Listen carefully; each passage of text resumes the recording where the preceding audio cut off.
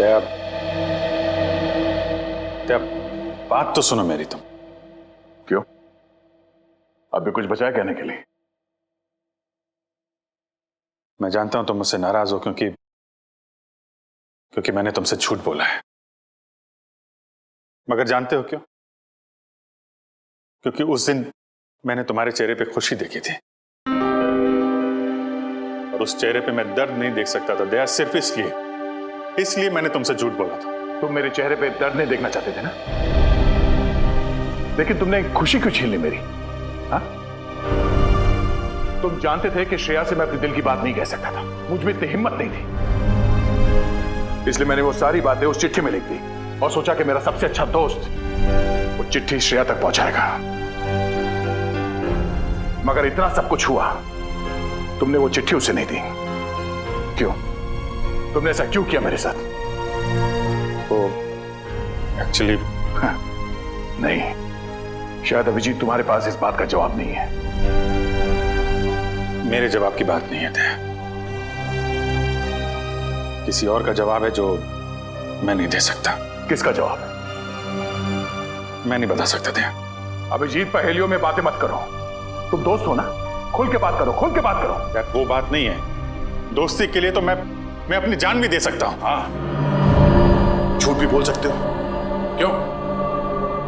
हाँ, मैंने तुमसे झूठ बोला है, लेकिन तुम्हारे लिए झूठ बोला, तुम्हें तकलीफ ना हो इसलिए झूठ बोला। तो मुझे तकलीफ नहीं हुई? हाँ? मैं खुश हूं, मगर सिर्फ और सिर्फ तुम्हारे वजह से मैं इस तरह से खुश हूं, तुम्हारे वजह से।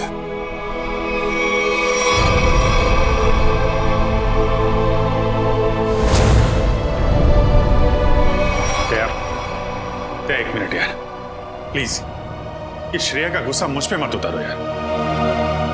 मैं गुस्सा श्रेया पे नहीं, मुझे गुस्सा तुम पे आ रहा है। क्यों? कसूर क्या है मेरा? यही कि मैं तुम्हें खुश देखना चाहता हूं। अरे यार, सिद्धार्थ वाली बात तुमसे किसने बताई? श्रेया के घर कौन लेके गया था तुम्हें? अरे तुम और श्रेया एक साथ होते तो दुनिया में सबसे ज्यादा खुश मैं होता यार, मैं। मगर श्रेया और मैं एक साथ तो नहीं है ना? हाँ? और मैं खुश भी नहीं हूं यार। अब इन बातों में कुछ रखा नहीं है, भूल जाओ। ठीक है, मैं भूलने के लिए तैयार हूं, मगर मेरे दिल की तसल्ली के लिए एक बार मुझे बता दो, तुमने वो चिट्ठी श्रेया को क्यों नहीं दी? नहीं, वो उसका जवाब मैं अभी नहीं दे सकता दया यार, मुझसे मत पूछो। क्यों ना पूछूं? इस एक सवाल का सीधा असर मेरी आने वाली जिंदगी भी पड़ता है और हमारी दोस्ती पे भी। मतलब अगर इस सवाल का जवाब मैंने नहीं दिया तो हमारी दोस्ती खत्म? मैंने ऐसा नहीं कहा। अरे रहने दो यार, अगर हमारी दोस्ती इतनी सस्ती है कि एक छोटे से आंधी के झोंके से उसकी नींव डगमगा जाए, तो मुझे भी ऐसी दोस्ती में कोई दिलचस्पी नहीं है।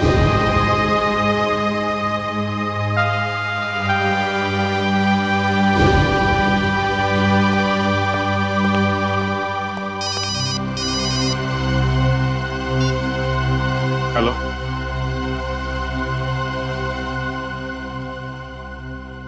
जी हाँ, सीआईडी ब्यूरो। जान खतरे में? एक मिनट, कहां से बोल रहे हैं आप?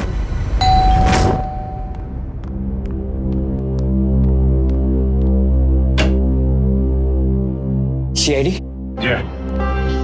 क्या हुआ आपकी पत्नी के साथ? सर आप बैठिए, मैं सब बताता हूँ। तुम तो कह रहे थे कि तुम्हारी पत्नी मुसीबत में। ये गलत कह रहे हैं,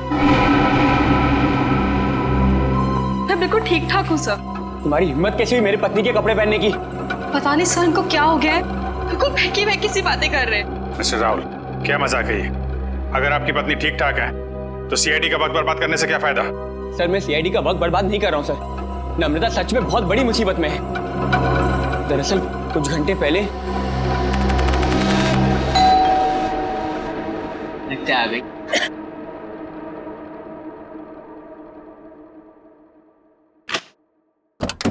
हाँ साहब, आपका नया बावर्ची साहब। अरे बॉस, लगता है आप गलत पते पे आ गए। पता भी यही है, घर भी यही है। नम्रता मैम साहब ने मुझे काम पे रखा है खाना बनाने के लिए साहब। कमाल है, नम्रता ने मुझे बताया नहीं क्यों एक नया बावर्ची रख रही है। बोलो साहब, खाने में क्या क्या बनाऊं साहब? अरे वो नम्रता आ जाएगी थोड़ी देर में, वो ही बता देगी खाने में क्या बनाना है। तब तक एक काम करो, तुम मेरे लिए एक कप चाय बना दो। ठीक है साहब। रसोई कहाँ है साहब? उस तरफ। उस तरफ। अरे ये चाकू?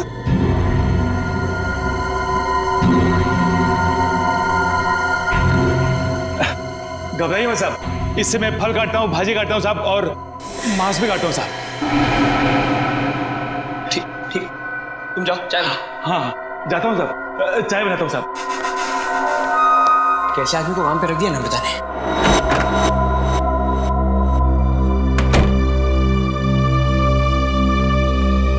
अरे क्या साहब, डर गए क्या? ऐसे अचानक सामने आ गए तो कोई भी डरेगा ही ना। ये लो साहब आपकी कॉफी। मैंने चाय बोली थी। क्या साहब, आपने कॉफी तो मंगाया था साहब, वही लाया हूँ साहब। अरे यार मैंने चाय बोली थी। अरे कैसे बदतमीजी से बात करो तुम। अरे एक तो गलती करो, ऊपर से बदतमीजी से बात कर रहे हो मेरे साथ। कैसा आदमी रख दिया है। सॉरी डार्लिंग, आने में थोड़ी देरी होगी। तो मॉल में ना अच्छी सी सेल लगी है तो कुछ ज्यादा ही शॉपिंग कर ली। एक्सक्यूज मी, कौन है आप? और यूं घर में कैसे घुसे चली आ रही है? अच्छा जी, मैंने कुछ ज्यादा खर्चा कर दिया तो इसलिए तुम अपनी पत्नी से ऐसे बात करोगे? पत्नी? कौन हो तुम? और नम्रता कहाँ है? तुम्हारे सामने। अच्छा अब समझ में आया। मेरी पत्नी ने ही कहा है ना तुम्हें मेरे साथ मजाक करने के लिए, है ना? राहुल, तुम्हें क्या हो गया? क्यों बहकी बहकी बातें कर रहे हो? बहुत हो गया ये बकवास। हाँ कहाँ है नम्रता?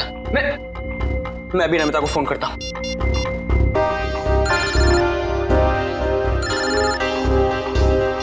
हेलो, कैसे हो? अब यकीन हो गया? बहुत हो गया ये बकवास, बहुत हो गया मजाक। कहाँ है नम्रता? बताओ मुझे, नम्रता कहाँ है? कहाँ है नम्रता? क्या किया नम्रता के साथ? राहुल, तुम ठीक तो हो? बुखार उखार तो नहीं है? छुओ मत मुझे, हाथ मत लगाना मुझे। तुम्हें नम्रता ने काम पे रखा था ना? हाँ साहब। कब रखा था? कल। यहाँ और बताओ, क्या यही नम्रता है? हाँ साहब, यही तो है नम्रता मैम साहब। देखो यार, वो कुछ छोटी मोटी चाय कॉफी के बहस करे तुम झूठ मत बोलो।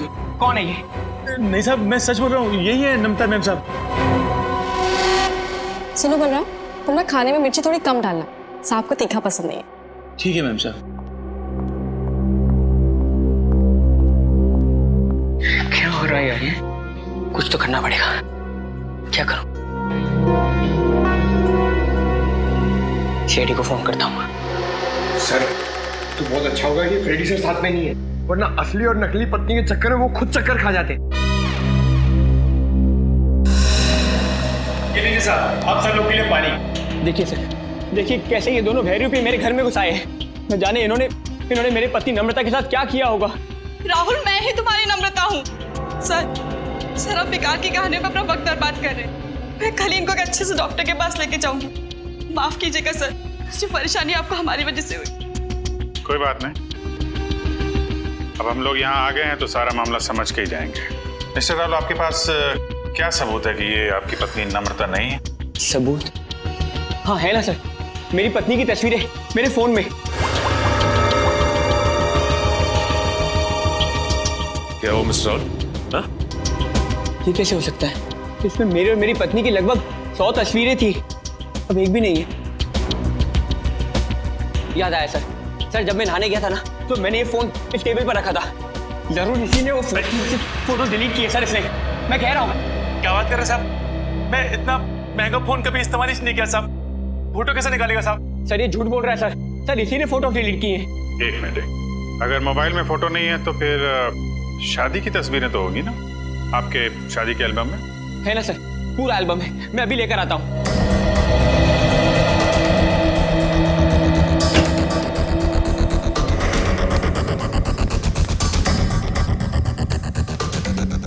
सर ये लीजिए सर, हमारी शादी का एल्बम। अब हो जाएगा दूध का दूध और पानी का पानी।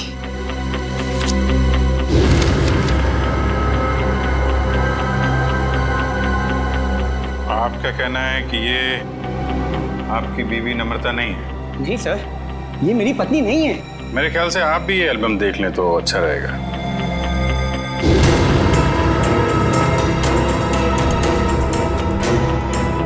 ये कैसे हो सकता है सर? ये कोई बहुत बड़ी साजिश है। ये कोई साजिश है मेरे खिलाफ। जरूर इसमें मेरी पत्नी भी शामिल है। उसी ने भेजा होगा इन दोनों को। मिस्टर राहुल, कभी आप कहते हैं कि आपकी पत्नी खतरे में है, कभी आप कहते हैं कि वो आपके खिलाफ साजिश रच रही है। कहना क्या चाहते हैं आप? सर मुझे कोई खतरा नहीं है और ये कोई साजिश नहीं है। मैंने आपसे कहा ना इनकी तबीयत खराब है। तुम चुप रहो, मुंह बंद रखो अपना। एक मिनट, आप नम्रता हैं, आपके पास कोई आईडी वगैरह है? जी हाँ सर, पासपोर्ट है, पैन कार्ड है। आपको जो चाहिए मैं दिखा सकती हूँ। प्लीज। एक मिनट।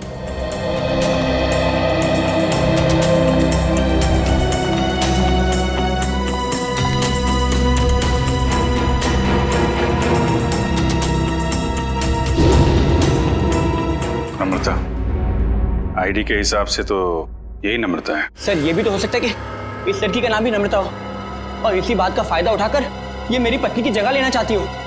सर नाम एक हो सकता है लेकिन जन्मदिन 19 अगस्त 1986। जन्मदिन का भी एक होना ये बहुत ही बड़ा सहयोग है। क्यों राहुल? अच्छा ये बताइए कि आपकी पत्नी का जन्मदिन भी क्या इसी दिन आता है? हाँ सर, तारीख तो हुई है पर ये सहयोग भी तो हो सकता है ना सर। ये संयोग है, वो संयोग है। मिस्टर राहुल, हम आपकी बात पे यकीन करें तो करें कैसे और क्यों? सर मैं सच कह रहा हूँ सर, ये झूठ बोल रही है। तुम नम्रता हो ना, तो ये बताओ कि हमारी शादी की सालगिरह कब है? बताओ ना, हमारी शादी की सालगिरह कब है? देखा सर, ये नहीं जानती है, ये झूठ बोल रही है। बताओ ना, हमारी शादी की सालगिरह कब है? 14 फरवरी। सर राहुल मुझसे बहुत प्यार करते हैं। वैलेंटाइंस डे पे गोवा में हमने शादी की थी। सर ये पूरी तैयारी कर कर आई है। इसने मेरे पत्नी से ये सब पहले ही पूछ लिया होगा। कोई और सवाल पूछ के देखो। हाँ, ये बताओ कि तुमने चॉकलेट कहाँ छिपाई? चॉकलेट? ये चॉकलेट का क्या चक्कर है? सर मुझे डायबिटीज है पर फिर भी मुझे चॉकलेट खाना पसंद है। इससे नम्रता अक्सर मेरी लाई हुई चॉकलेट छिपा देती है, जो बात इसे नहीं पता। अगर तुम नम्रता हो तो बताओ कि तुमने चॉकलेट कहाँ छिपाई है? बताओ, तुमने चॉकलेट कहाँ छिपाई?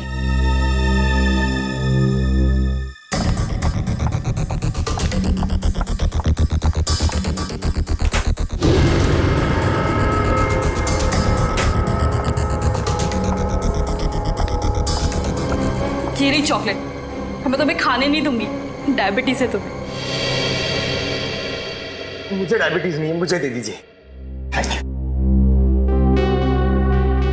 अब क्या कहना आपको मिस्टर राहुल?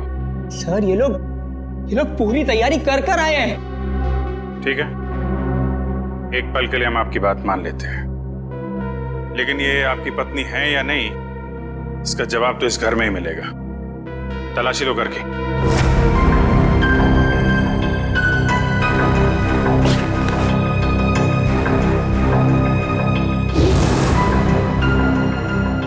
एक काम कीजिए, आप लोग अपने माता पिता को यहाँ बुलाइए, अभी पता चल जाएगा। सर मेरे माँ बाप तो दुनिया में नहीं रहे। सर मेरे भी नहीं है।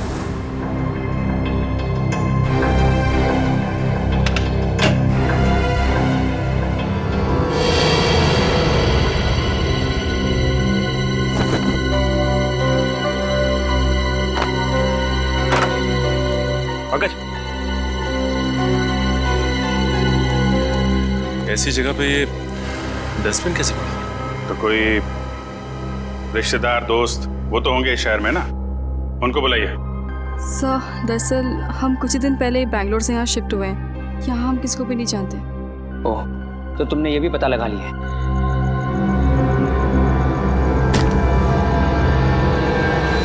सर!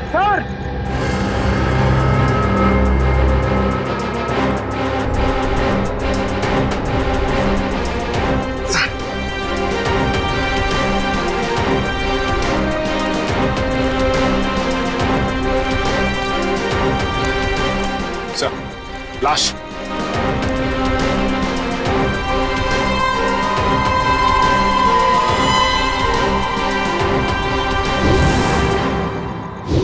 सर ये लाश मेरे घर में? ये कौन सा खेल खेल रहे हो तुम राहुल? पहले पति पत्नी का झगड़ा सुलझाने के लिए यहाँ बुलाया, फिर तुम्हारे घर से एक लाश निकली है। किसकी लाश है ये? सर मुझे कुछ नहीं पता सर मैं इसे जानता भी नहीं। साहब मैं भी इसे नहीं जानती। तुम जानते हो? नहीं साहब, मैं नहीं जानता उसको।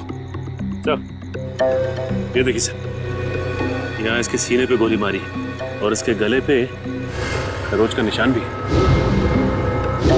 हाँ तो बिल्कुल ताजे हैं, लगता है कुछ घंटों पहले इसे मारा गया है। कोई आईडी वगैरह मिली? एक मिनट।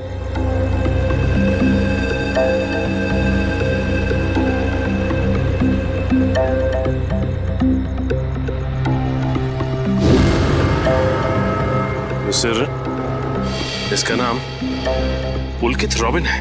पुलकित रॉबिन? सर मैंने इसका नाम कहीं पढ़ा है। पढ़ा है? कहाँ पढ़ा है? अरे सर ये तो एक बहुत ही मशहूर टीवी सीरियल राइटर है सर, साउथ बहू का सीरियल मैं देखता हूँ सर। एक टीवी सीरियल राइटर की लाश मेरे घर में? पंकज मोबाइल पे देखो, इंटरनेट पे इस पुलकित रॉबिन की फोटो निकालो, देखो कहीं ये वही आदमी तो नहीं।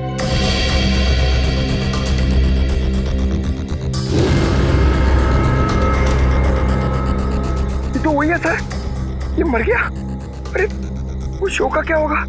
मैं तो हर एपिसोड देखता था, अभी अभी एक नया अच्छा ट्रैक चालू हुआ था। सर मैं तो ये सब में फंस नहीं जाऊंगा ना सर? मिस्टर राहुल, तुम्हारे घर से एक लाश मिली है, लाश। जब तक खूनी पकड़ा नहीं जाता आप सब लोग हिरासत में रहेंगे। सचिन घर सीज कर दो और इस पुलकित रॉबिन का एड्रेस निकालो। अब राधिका समीर से कहेगी दूर हो जाओ मेरी नजरों से, मैं तुम्हारी शक्ल भी नहीं देखना चाहती। समीर राधिका की नजरों से दूर हो ना हो, लेकिन हम सीआईडी वाले आपकी नजरों से दूर नहीं होने वाले। सीआईडी? और मेरे घर में? जी वैसे आप राइटर्स लोगों का काम बहुत मुश्किल होता है ना, इतना पेचीदा ताना बाना बनना पड़ता है, कभी कहानी का, कभी किरदारों का और कई बार खून का। दरअसल मैं समझी नहीं, आप लोग यहाँ क्यों आए हैं? दरअसल हम आपसे खून के बारे में पूछताछ करने आए, मगर अगर आप चाहें तो अगले हफ्ते देविका के साथ शो में क्या होने वाला है ये हमें बता सकती हैं, क्योंकि पुलकित जी तो रहे नहीं। क्या पुलकित सर का खून हो गया? कब और कैसे? ये तो अब आप ही बता सकती हैं। मुझे कुछ नहीं पता। इतनी भोली बनने की जरूरत नहीं है आपको, हम पुलकित के घर से आ रहे। पुलकित की पत्नी ने बताया कि आप पुलकित की असिस्टेंट हैं और कल शाम वो आपसे मिलने के लिए ही घर से निकले थे, मगर वापस पहुंचे ही नहीं। ये बात सच है, मैं और पुलकित सर कॉफी शॉप में मिलने वाले थे, लेकिन वो वहाँ पहुंचे ही नहीं। कौन सी coffee shop? IG coffee shop. वही जो बैरिक्स रोड पे? हाँ जी वही।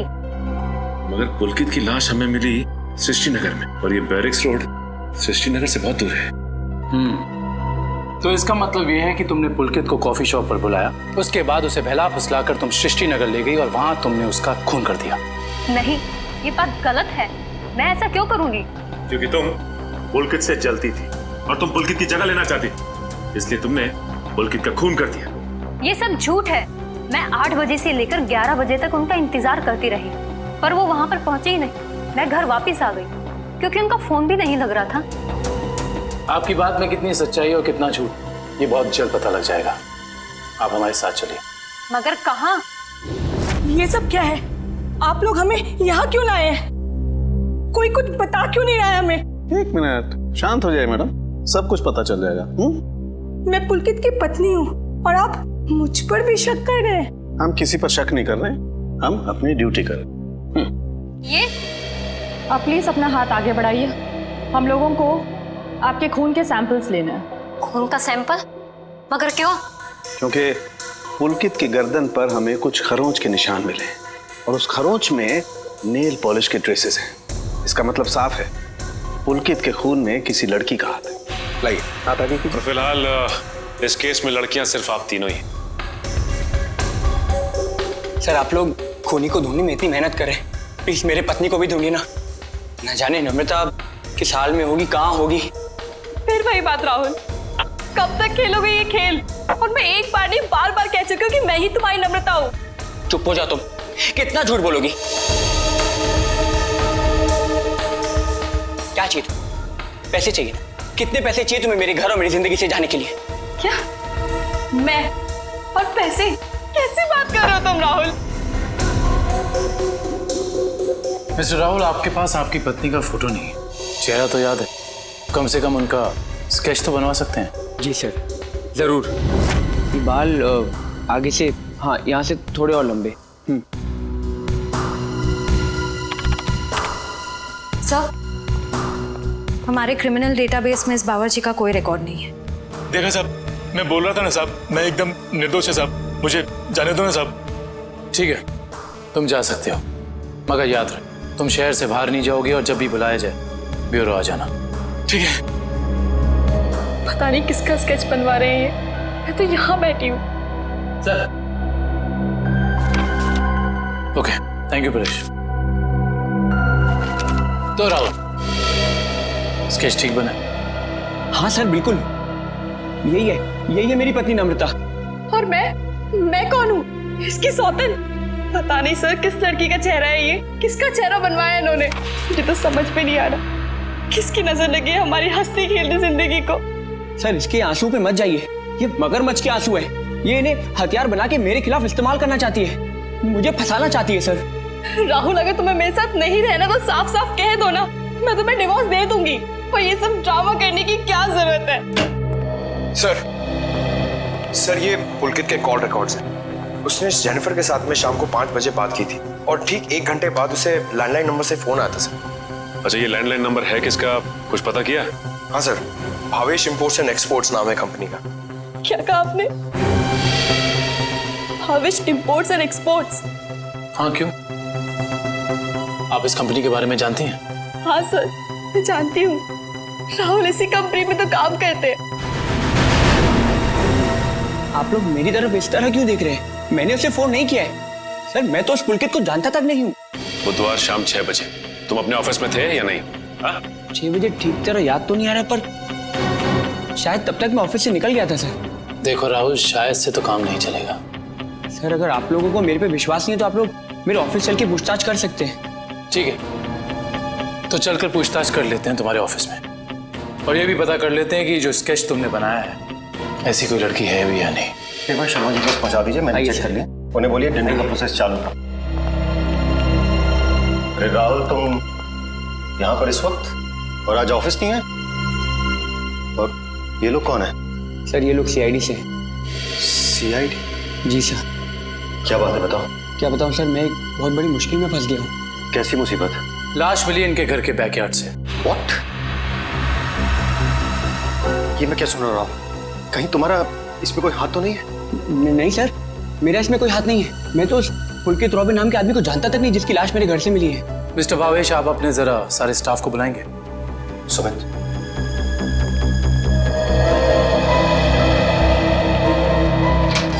सुनो, सबको बॉस अंदर बुला रहे हैं।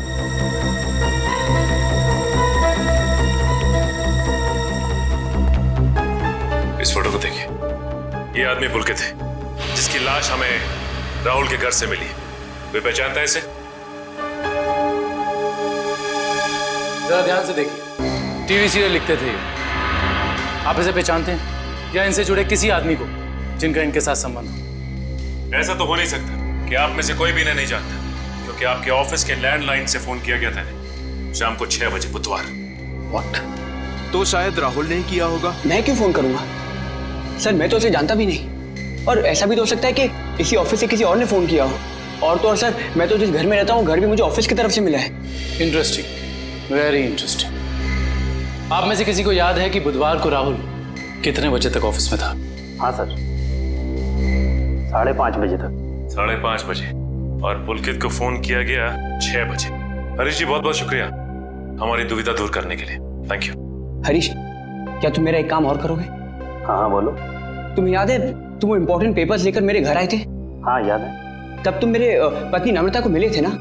हाँ राहुल, लेकिन उस बात का इस खून से क्या लेना देना है? लेना देना है, क्योंकि एक अनजान औरत मेरे घर में घुस आई है और मेरे पत्नी होने का नाटक कर रही है। क्या तुम प्लीज उसे चल के मेरे लिए पहचान सकते हो? हाँ श्योर। कहाँ है वो औरत? नीचे हमारी गाड़ी में बैठी हुई, आइए हमारे साथ। देखना सर, अब इस औरत का भांडा फूट जाएगा। धीरज रखिए, अभी पता चल जाएगा। अरे हरीश जी, कैसे हैं आप? हेलो नम्रता, मैं ठीक हूँ, तुम कैसी हो? क्या बताओ, पता नहीं राहुल को क्या हो गया। हरीश, ये तुम क्या कह रहे हो यार? ये मेरी पत्नी नम्रता नहीं है। व्हाट? ये कैसी बात कर रहे हो राहुल? यही तो नम्रता है, तुम्हारी पत्नी, जिससे तुमने मुझे मिलवाया था। अब क्या कहना है मिस्टर राहुल आपका? है कोई जवाब आपके पास?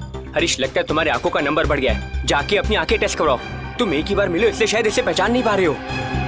हाँ मिस्टर राहुल, मेरे चश्मे का नंबर जरूर बढ़ गया है, लेकिन मेरी याददाश्त कमजोर नहीं हुई है। यही नम्रता है। यकीन नहीं होता ये सब में तुम भी शामिल हो। सर, मैं कह रहा हूँ पुलकित के खून में ना इसी का हाथ है। अरे ये कैसी बात कर रहे हो राहुल? तुम्हारा दिमाग खराब हो गया? सर, ये झूठ बोल रहा है। मैं ठीक कह रहा हूँ सर। राहुल, ठीक और गलत का फैसला हम लोग करेंगे, आप नहीं।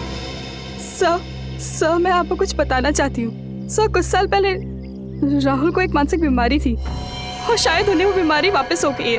क्या? इतनी बड़ी बात तुमने हमसे छुपाई क्यों? ये भी पता कर आई हो तुम? सर, ये सच है कि मुझे बीमारी थी, पर अब मैं बिल्कुल ठीक हूँ। अब चाहे तो बैंगलोर में मेरे साइकियाट्रिस्ट से बात कर सकते हैं। हाँ सर, मैं भी वही कह रही हूँ। ये बिल्कुल ठीक हो गए थे, पर शायद इन्हें दोबारा दौड़ना पड़ रहा है। ये मुझे पहचानने से इनकार कर रहे हैं। सर, शायद इन्होंने ही पुलकित को मारा होगा। चुप हो जाओ तुम। एक तो मेरी बीवी को गायब कर दिया, ऊपर से मेरे पे झूठा इल्जाम लगा रही है। मैं इसे जान से मार दूंगा। पीछे हो। क्या बिगाड़ा है मैंने राहुल तुम्हारा? सर प्लीज राहुल को अपनी कस्टडी में ले लीजिए सर। देखिए ना, अपनी पत्नी को दिन दहाड़े जान से मारने की धमकी दे रहा है ये। पुलकित का खून राहुल ने किया है या किसी और ने, इसका पता तो हम लगा ही लेंगे, मगर ऐसा तो हो नहीं सकता कि पुलकित को मरते हुए किसी ने देखा या सुना ना हो। उस मोहल्ले के लोगों से पूछताछ करनी होगी। सर, आसपास के सभी घरों में हमने पूछताछ कर ली है, बस ये एक आखिरी घर बाकी है। चलो यहाँ भी पूछ के देखते हैं। संभल के।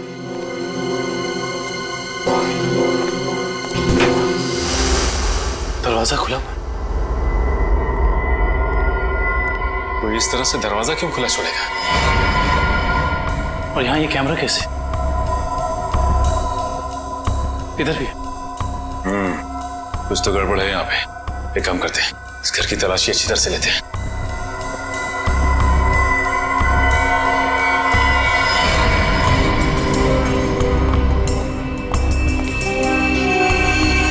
सर जल्दी आइए। ये देखिए, एक और कैमरा, 2 कंप्यूटर स्क्रीन, स्पीकर्स और हेडफोन्स। दो कंप्यूटर स्क्रीन एक साथ बाहर, और यहाँ कैमरास भी लगे। कहीं यहाँ वीडियो एडिटिंग तो नहीं चल रही? इसे ऑन करो।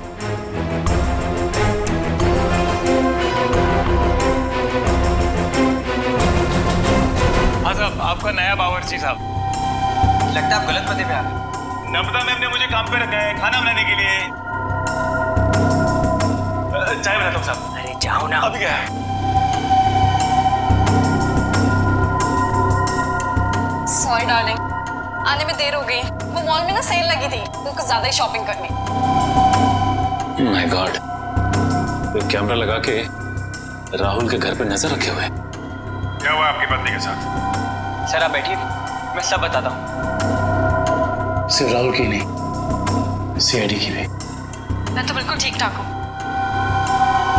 सर, एक बात समझ में नहीं आ रही है, इतनी दूर से सीआईडी का वक्त बर्बाद करने से क्या फायदा है?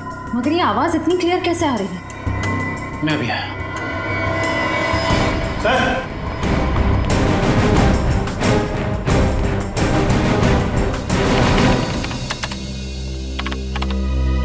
एक काम करते हैं, इस जगह को अच्छी तरह से छान मारते हैं। हो सकता है यहाँ कुछ मिल जाए। हाँ?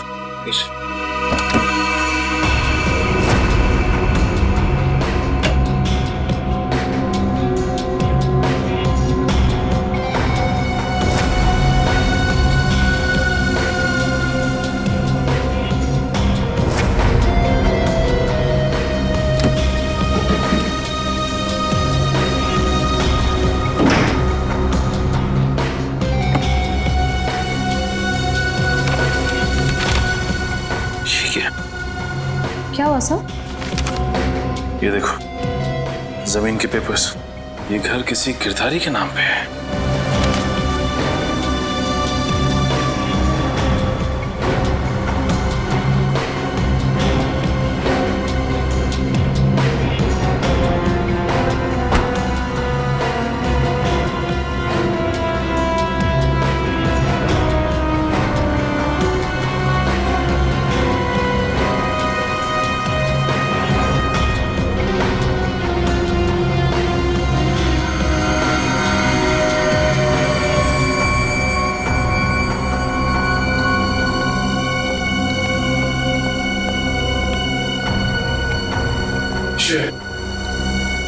तुम्हारे सारे सवालों का जवाब ये माइक है जो मुझे राहुल के घर से मिला। स्पीकर के अंदर छुपा के रखा हुआ था। इसका मतलब गिरधारी जो राहुल के घर पर नजर रखे हुए था उसी ने माइक लगाया यहाँ पे। कौन गिरधारी? अरे दुष्यंत, ये घर के कुछ पेपर्स मिले जिसमें लिखा है कि गिरधारी इस घर का मालिक है। आप लोग सुंदर जी के मेहमान हैं? तुम कौन हो? जी मैं तो यहाँ पर किराए पर रहता हूँ, पर आप लोग कौन हैं? हम लोग सीआईडी से। सीआईडी? जी हाँ, सीआईडी। देख के लगता है कि तुम कहीं बाहर से आ रहे हो। यहाँ सर मैं तो अभी गोवा से आ रहा हूँ, पर आप लोग यहाँ पर सुंदर जी ने कहीं कुछ। एक मिनट, ये सुंदर कौन? सर जब मैं यहाँ से जा रहा था तो मैंने ये घर सुंदर नाम के एक अंकल को किराए पर दिया था। क्या बात, तुम खुद यहाँ पे किराए पे रहते हो और ये घर तुमने किसी को किराए पे दे दिया? सब मैंने सोचा कि गोवा जाने का खर्चा निकल आएगा सर, इसलिए। और गिरधारी जी जिनका ये घर है वो कहाँ है? सर वो तो लंदन में रहते हैं सर, साल में सिर्फ एक बार ही इंडिया आ पाते हैं। ओह, उसी का फायदा उठा रहे हो तुम? ये कंप्यूटर कैमरास तुम्हारे? नहीं सर, ये सब मेरा नहीं है सर। झूठ बोल रहे हो तुम राहुल के घर पे नजर रखे हुए थे, जासूसी कर रहे थे उस पे। जासूसी? सर मैं राहुल के ऊपर जासूसी नहीं कर रहा था सर। देखो हमने रिकॉर्डिंग देख ली है, सच सच बताओ। मैडम मैं तो कॉलेज में पढ़ता हूँ, इतनी सारी महंगी चीजें मैं कहाँ से लाऊंगा? तो फिर ये सारी की सारी चीजें किसकी है? उस आदमी की जिसे तुमने किराए पे रखा हुआ, सुंदर? सर हो सकता है सर। नंबर दो सुंदर का। सर पिछले हफ्ते गोवा में मेरा मोबाइल चोरी हो गया था तो तुम्हारे सारे नंबर्स चले गए? जी। बहुत अच्छा बहाना है। अपना मोबाइल नंबर दो, सुंदर का नंबर हम तुम्हारे मोबाइल रिकॉर्ड से निकाल लेंगे। सर सालुंके सर की डीएनए रिपोर्ट आ गई है। पुलकित के खरोचों में जो नेल पॉलिश के अंश मिले थे वो ना ही नम्रता के थे, ना ही संजना के और ना ही जेनिफर के। मतलब इस केस में कोई और औरत भी शामिल है? सर हो सकता है वो स्केच वाली औरत हो जिससे राहुल अपनी बीवी कह रहा है। हो सकता है। जब तक हमें उस औरत के बारे में कुछ पता नहीं चल जाता कुछ कह नहीं सकते। क्या हुआ, उस नेल पेंट के बारे में कुछ पता चला क्या?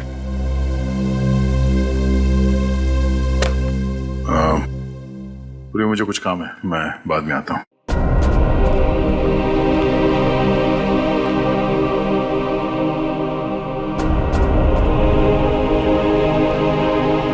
सर जतिन के फोन रिकॉर्ड्स चेक करिए, सुंदर का नंबर तो नहीं मिला मगर किसी मनीष नाम के आदमी का नंबर मिला है। करता क्या है मनीष? सर कैमरास और रीडिंग मशीन किराए पे देता है। मनीष? इस मनीष से मिलना पड़ेगा। सर यही है वो सुंदर अंकल जिन्हें मैंने अपना घर किराए पे दिया था। कौन सुंदर? मैं मनीष हूँ। गलत बात है मनीष जी, आप इतने महंगे कैमरा इक्विपमेंट्स ऐसे ही खुले घर में छोड़ा है, इन्हें तो अरेस्ट करना होगा। बिल्कुल।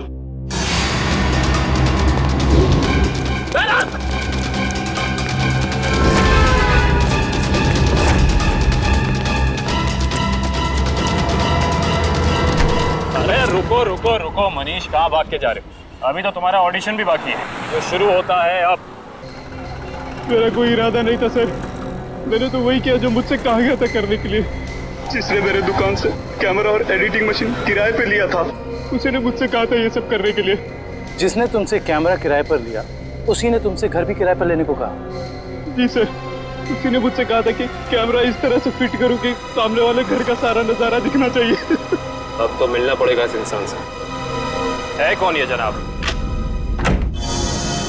जी कहिए। जी हम लोग सीआईडी से।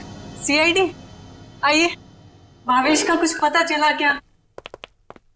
भावेश का पता चला? मतलब हम लोग तो भावेश से ही मिलने आए। लेकिन वो तो कल से घर नहीं आए, उनका फोन भी नहीं लग रहा है।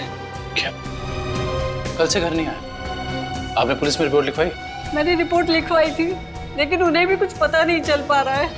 सर लगता है उन्हें पता चल गया होगा कि हम आने वाले हैं, इसलिए एक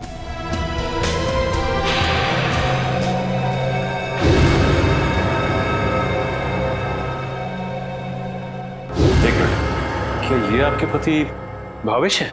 जी हाँ। ये केस तो और पेचीदा बनता जा रहा है। सब मेरे पति भावेश को ढूंढ निकालिए। देखिए मैम, आप चिंता मत कीजिए, अब भावेश का नंबर दीजिए हमें। जी 197985643।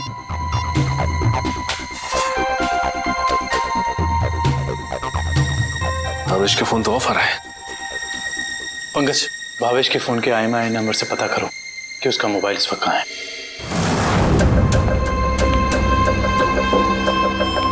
मैं आखिरी बार पूछ रही हूँ भावेश तुमसे, वो सीढ़ी तुमने कहाँ रखी है? नहीं बताऊंगा मैं मर भी जाऊँ ना तो तुम्हें भी साथ लेकर डूबूंगा, समझ गई तुम? मैं डूबू या ना डूबू, पर तुमने अपनी जिंदगी जी ली है, याद कर लो अपने भगवान को।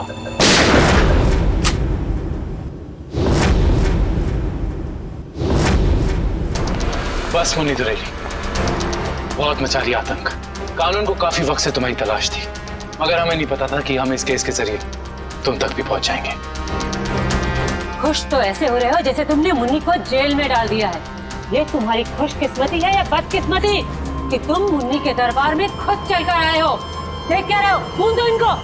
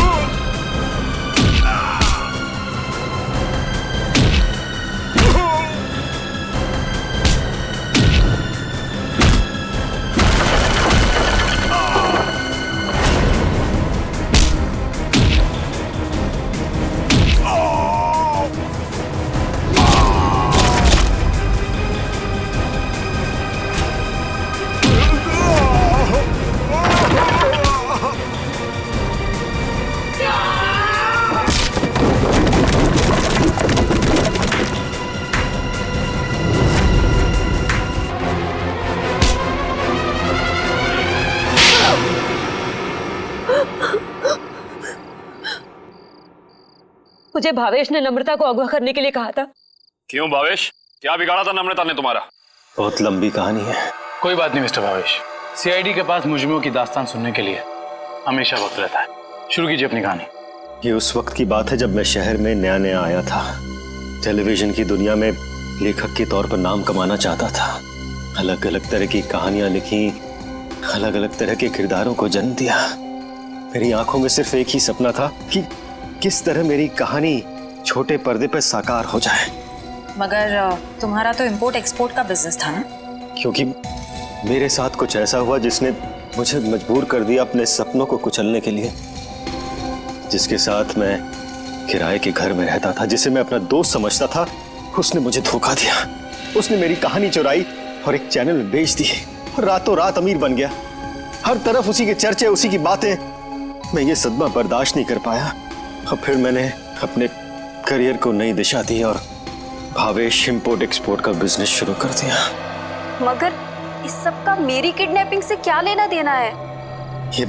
ये बात सच है कि मैंने अपनी लाइन बदल दी थी, लेकिन ये भी सच है कि मेरे अंदर एक राइटर छुपा हुआ है। टेलीविजन में कुछ कर गुजरने का जुनून है मेरे अंदर। मैंने वापस कलम उठाई और और एक अनोखे रियलिटी शो का कॉन्सेप्ट लिख डाला, जिसमें पति पत्नी में से किसी एक की जगह एक अजनबी अगर उनके घर आ जाए तो फिर उस पार्टनर की क्या प्रतिक्रिया होगी। इस तरह का रियलिटी शो लिखा था मैंने। क्या ये सब एक रियलिटी शो था? चैनल को मेरा कॉन्सेप्ट बहुत अच्छा लगा, लेकिन वो ये जानना चाहते थे कि इसे पर्दे पे कैसे उतारा जाए। तो मैंने एक पायलट एपिसोड बनाने के बारे में सोचा और एक्सपेरिमेंट के तौर पर मैंने अपनी कंपनी में आए हुए नए एम्प्लॉय राहुल को शामिल किया। वाह, कमाल है। अगर तुम एक रियलिटी शो ही बनाना चाहते थे तो एक जायज ढंग से भी बना सकते थे। फिर कानून को अपने हाथ में लेने की क्या जरूरत थी तुम्हें? मैंने कोशिश तो की थी जायज तरीके से करने की, लेकिन किसी ने मेरी मदद नहीं की। तो मैंने सोचा कि क्यों ना कुछ दिनों के लिए नम्रता को अगवा कर लिया जाए और फिर मैं अपने 2 कलाकारों बावर्ची और नकली नम्रता को उसके घर भेज दूंगा और काम होने के बाद असली अमृता को फिर उसके घर भेज देता। और इसमें वो टीवी राइटर पुलकित रॉबिन, वो कहां से आ गया? पुलकित रॉबिन ही वो शख्स है जिसने मेरे आइडियाज, मेरी कहानी चुराई और मशहूर हो गया। उसे पता चल गया था कि मैं चैनल में कुछ बड़ा रियलिटी शो का आइडिया लेकर जाने वाला हूं। बस उसी की जासूसी करने के लिए यहाँ पर आया हूँ। आज तो पता लगाना ही पड़ेगा ये भावेश कौन सा बड़ा कंसेप्ट चैनल वाले को बेचने वाला है।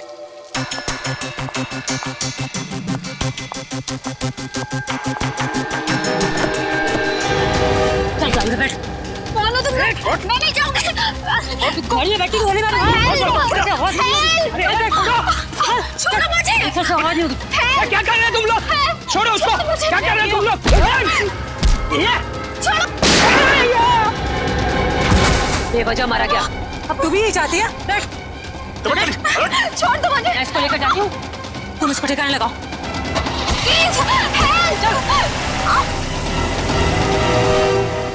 घर पहुंचकर जब मैं मेरे लगे हुए कैमरा की फुटेज देख रहा था तब मैंने देखा कि इस मुन्नी ने पुलकित का खून कर दिया है और मेरे बने बनाए प्लान को चौपट कर दिया। मैं उसे मारना नहीं चाहती थी, वो खुद बीच में आ गया था। और जब आप लोग मेरे ऑफिस आए तब आप लोगों को देखते ही मैं समझ गया कि अब सीआईडी से बचना नामुमकिन है। मैं बहुत घबरा गया था और उसी घबराहट में मैं यहाँ मुन्नी से मिलने आ गया। मुन्नी, तुमने मुझे फंसा दिया। पता है सीआईडी मेरे ऑफिस तक चली आई। एक तो पुलकित को मारा, ऊपर से उसकी लाश मेरे घर में छुपा दी। बोला था ना सेठ, लड़का लोगों को नहीं पता था कि तुम्हारा घर राहुल की कंपनी में आता है। अरे मैंने तुम्हें सिर्फ किडनैप करने के लिए कहा था, वो भी कुछ दिनों के लिए, पर तुमने पूरा रायता फैला दिया। याद रखना मुन्नी, अगर सीआईडी ने मुझे गिरफ्तार किया ना तो मैं तुम्हारी सारी पोल खोल दूंगा। बता कहाँ रखा है? बोल। नहीं बताऊंगा। नहीं, इसको भी बांध दे। मुन्नी ठीक नहीं कर रही हो। तो वो टेप कहाँ है जिसमें मुन्नी की रिकॉर्डिंग थी? मेरे मैनेजर हरीश के पास। सिर्फ वही एक शख्स था जिसे मेरे रियलिटी शो के आइडिया के बारे में पता था। और वो माइक, वो कब लगाया राहुल के स्पीकर में? वो स्पीकर राहुल का नहीं था, वो स्पीकर भी गिफ्ट के तौर पर मैंने राहुल के घर भिजवाया था। जब हरीश उसके घर फाइल लेकर गया तो उसी के साथ मैंने स्पीकर भिजवा दिया था। लेकिन आपने हमारे विश्वास के साथ खिलवाड़ किया है भावेश जी। मुझे माफ कर दीजिए, मैं तो बस ये सोच रहा था कि टेलीविजन में मुझे नाम कमाने का इससे अच्छा मौका नहीं मिलेगा, बस इसीलिए मैंने ये सब कुछ किया। मुन्नी को तो फांसी होएगी, तुम्हारा जुर्म भी कुछ कम नहीं है भावेश। बिल्कुल, क्योंकि मिस्टर भावेश आपने एक किडनैपिंग करवाई और उस दौरान एक आदमी का खून हुआ है। आपके भविष्य का फैसला तो अब अदालत करेगी। सर क्या हुआ है? आप लोग मुझे बता क्यों नहीं रहे? जरा रुको, अभी पता चल जाएगा।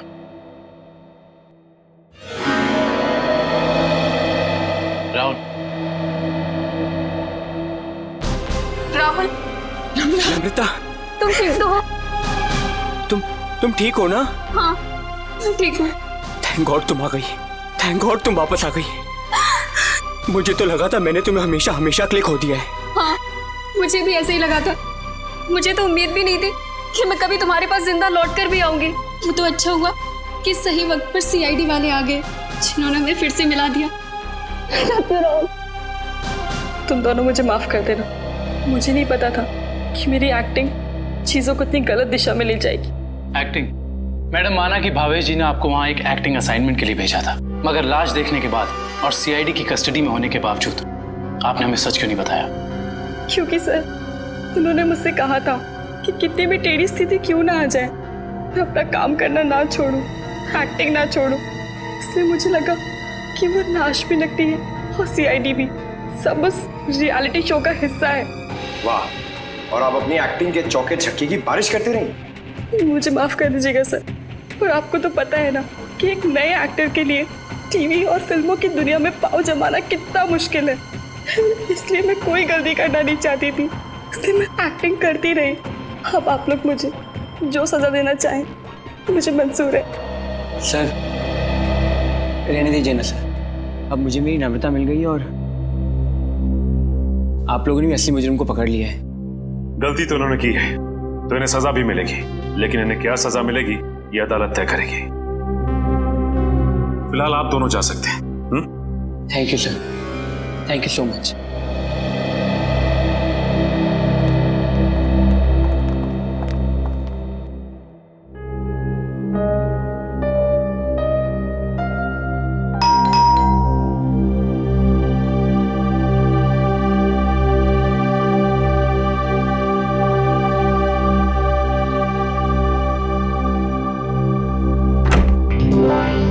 तारिका, आओ। अच्छा हुआ तुम आ गई। सब ठीक है ना अभिजीत? नहीं, इस वक्त बुलाया इसलिए पूछ रही थी। नहीं वो एक्चुअली मुझे तुमसे कुछ जरूरी बात करनी थी। कितने परेशान लग रहे हो, क्या बात है? एक्चुअली समझ नहीं पा रहा हूँ मैं तुमसे कैसे बताऊं। मैं समझ गई, दया के बारे में ना? मैं जानता हूँ ये सुनकर तुम्हें बहुत धक्का लगेगा और इससे पहले मेरी हिम्मत जवाब दे जाए, मैं तारिका, जब एसीपी साहब यहाँ वापस आएंगे तो मैं उनसे कहने वाला हूँ वो मेरा ट्रांसफर कर दे। क्या? ट्रांसफर? आई एम सॉरी तारिका, मैं और बर्दाश्त नहीं कर सकता। मेरे और दया के बीच में जो कुछ चल रहा है, मैं अभिजीत, लेकिन दया तो तुम्हारा दोस्त है ना? हाँ, लेकिन अब दोस्ती रही कहाँ? ऐसे क्या, दोस्तों के बीच में तो ऐसा होता रहता है, ऐसी छोटी मोटी गलतफहमी, ऐसे झगड़े। इसका मतलब ये थोड़ी कि एक दोस्त ऐसे मुंह मोड़ के निकल जाए। तारिका, मैं जान दे सकता हूं मैं उसके लिए, वो बात नहीं है, लेकिन ये सब मैंने सपने में भी नहीं सोचा था कि हमारी दोस्ती इस मुकाम तक पहुंच जाएगी। मैंने फैसला कर लिया है, मैं यहां से चला जाऊंगा।